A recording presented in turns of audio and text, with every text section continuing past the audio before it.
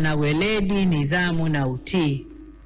Ili kuendelea kuwa jeshi imara na la mfano, ni muhimu kuwekeza katika mafunzo na mazoezi yanayoendana na matishio ya kisasa na matumizi ya teknolojia mpya. Nisisitize pia kwamba sambamba na kuwekeza katika mafunzo na mazoezi ya kijeshi, ushirikiano na vyombo vingine vya ulinzi na usalama ni muhimu katika kudhibiti matishio ya kiusalama, ikiwemo yale ya kiugaidi.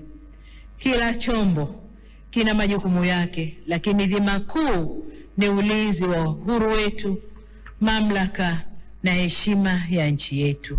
Wito wangu kwenu, msikubali jeshi letu kuchafuka. Hatupaswi kumwacha au kumlinda mtu yoyote mwenye cheo kikubwa au kidogo kugeuza taasisi yetu ya ulinzi kuwa chombo cha mashinikizo